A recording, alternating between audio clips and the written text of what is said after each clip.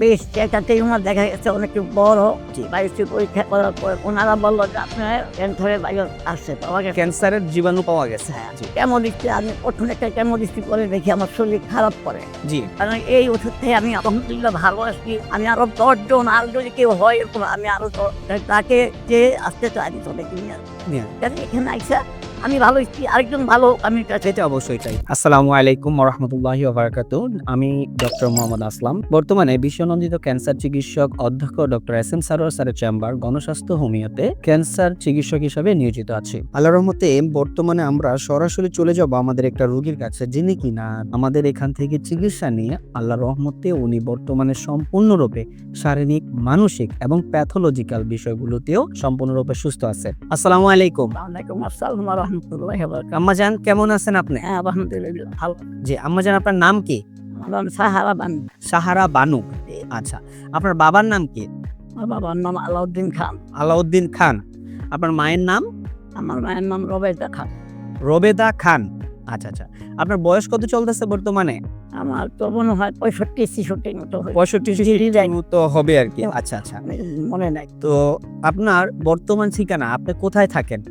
বর্তমান ঠিকানা হলো মিরপুর মিরপুর এক নম্বর। 1 নম্বরে। হ্যাঁ, মিরপুর 1 নম্বর, রোড নং 3, বাসার নাম 108। 108। হ্যাঁ, দক্ষিণ বিশিল। দক্ষিণ দক্ষিণ বিশিল। বিসিল। আচ্ছা আচ্ছা, ওইটা কি আপনার নিজের বাড়ি নাকি ভাড়া? নিজের বাড়ি। আমার বাবার বাড়ি। আপনার বাবার বাড়ি এখানে, মানে আপনার স্থানীয় ঢাকা মিরপুরে। হ্যাঁ। জি জি। আচ্ছা আচ্ছা, আপনি সর্বপ্রথম কি সমস্যা নিয়ে ডাক্তারের কাছে গিয়েছিলেন? আমি যখন প্রথম ডাক্তারের কাছে গিয়েছিলাম আরেক জায়গায়, আমি ডায়াবেটিস ডায়াবেটিস বারডেম হসপিটালে? হ্যাঁ বাদেন। হ্যাঁ, আচ্ছা আচ্ছা, আমাদের এলাকায় আমার ওই ছিল টিউমার, ওই বেশ একটা টিউমার দেখা গেছে অনেক বড়। ঘেমে গেছি, পরে যাওয়ার পরে তারা আমার পরীক্ষা নিরীক্ষা করলো। জি জি। বায়োপসি পরীক্ষা করার পরে, বায়োপসি পরীক্ষা করার পরে ওনারা বললো যে আপনার ক্যান্সারের ভাইরাস আসছে, পাওয়া গেছে। ক্যান্সারের জীবাণু পাওয়া গেছে। হ্যাঁ। জি। এখন হওয়ার পরে যাই হোক, আমার এখানে ওনারা অপারেশন করার পরে এটা ভালো করে আমি বেথিং করে নাই। জি। বেথিং না করার পরে আমার এই জায়গাটা একদম ফুলে গেছিল।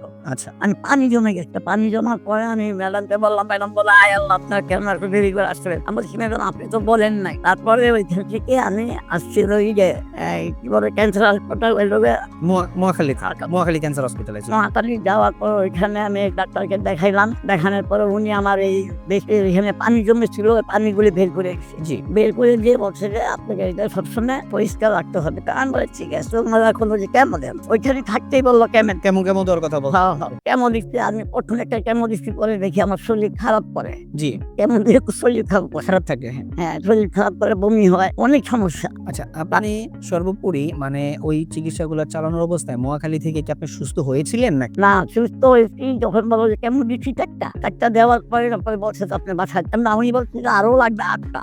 আচ্ছা, আমি বলছি না স্যার আমি হাত দিব না। জি। তারপরে বলছে কিভাবে থেরাপি দিতে হবে।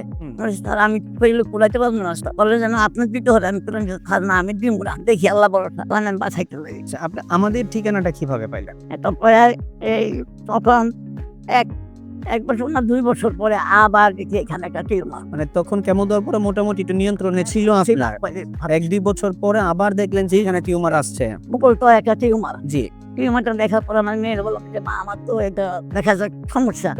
একদিন ওই আপনার এই ঠিকানা পাইলাম হয়তো মোবাইলের ফেসবুকে পাইছেন। জি। ফেসবুকে পাওয়ার পরে আমার মেয়েকে বললাম যে এখন কি করবো, তখন নাম্বার পাইলাম। জি। নাম্বার পাওয়ার পর আজ থেকে আমি ফোন দিলাম, এই আপনি এই ব্যাপার, আমি তো ক্যান্সারের রুগী, ক্যান্সার পাওয়া গেছে, এখন পর্যন্ত কাগজটা দেন। তারপর কাগজ আমি পাঠাই মোবাইল স্যারের লগে কথা বলছি, আর ওর সাথে আমি কথা বলছেন। হ্যাঁ। টাকা পয়সা কি লাগবে না লাগে বলছি। আচ্ছা ঠিক আছে।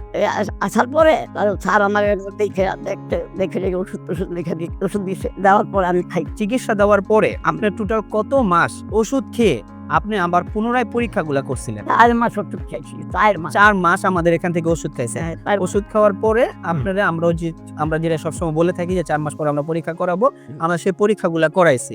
পরীক্ষাগুলো করানোর পরে আলহামদুলিল্লাহ আমরা রিপোর্ট অনুযায়ী দেখলাম, যে রিপোর্টটা বর্তমানে আমার হাতে, রিপোর্ট অনুযায়ী আমরা দেখলাম যে আল্লাহর রহমতে ওনার যে বগলের এখানে বা ব্রেস্টে যেই টিউমারটা ছিল, ওটাতে যে ক্যান্সার ছিল, ক্যান্সারিয়াস যত মার্কারগুলো আছে সবকটা ক্যান্সারিয়াস মার্কার অলরেডি নেগেটিভ। ওই পরীক্ষাগুলো করার পর আলহামদুলিল্লাহ দেখলাম যে বর্তমানে সম্পূর্ণরূপে নেগেটিভ আছে। এখন কথা হলো, আল্লাহর রহমতে আপনি যে ক্যান্সার থেকে মুক্তি পাইলেন, আল্লাহর রহমতে স্যারের সহায়তায় আল্লাহ যে আপনাকে মাফ করছে, এই বিষয়ে আপনি একটু বলেন।